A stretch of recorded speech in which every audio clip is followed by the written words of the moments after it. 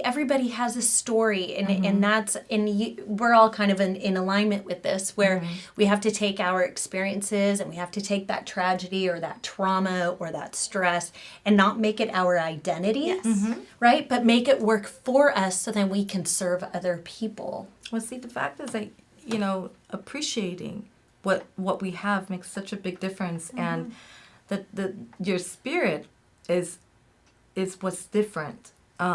Because people can, and it feels that we're working on, people have like a hard time dealing with like the smallest things, and their whole life is messed up. Yeah, and they treat people badly. But when you see people who've had such hardship and they're extremely loving people, that is so inspiring.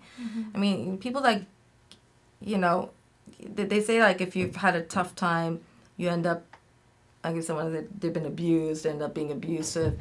I don't always agree with that. I think that we have more empathy. Yeah, I think there's a choice. I mean, not a choice, conscious or unconscious, but to be, the family history or the pattern, or to be different and to learn and to grow and take what you've experienced and change it around for the good. Exactly. But I like the word choice, because we really do have a choice. Yeah, we do. I have a choice, or I had a choice, and still do today, to live in my losses. I had to bury 6 friends of mine in high school. One 2 years out of high school, then the brother I never had, then Nicole, and it was just like all this loss.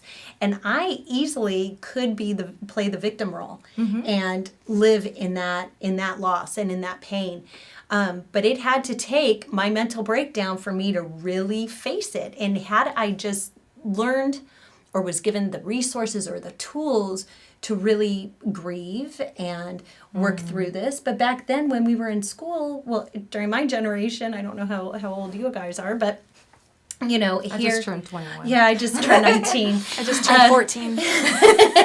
We're so professional. But, back then in high school, when somebody got killed in a car accident or, drinking and driving or, a cliff diving accident, it was like one day you go to school and the next day you've got an empty chair after a funeral. I mean, we weren't given the crisis counselors that the kids have today. So what did I do? I stuffed, and not because I chose not to. I just didn't know. You didn't know how. I didn't know how. I just figured, okay, loss is loss. I just got to I guess you just got to go with it. And but that all caught up with me. And so after when Harissa was killed in a hit and run in '89, that is when I had my first serious bout of depression, and it lasted almost 2 years. Wow. How did you, because, what inspired you to really get into helping others? I mean, it seems like it feels like that you were like the rock.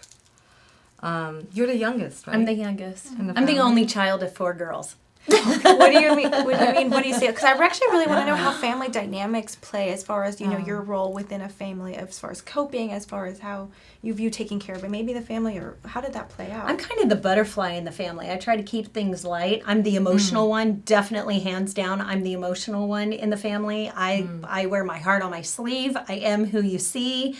If I'm mad, you'll know. If I'm sad, you'll know. Depressed, you will know. Anxious, you will know. I'm very real. Authentic. I'm very real. Very real, yeah. If I feel like crying right now because I've had a bad day, I don't care. I'll do it. We have tissues. You're awesome. Yeah, exactly. Awesomeness. But I was always, and still am, I try to keep things light. In fact, I say that to a couple of my girlfriends where it's like, you just got to keep things light.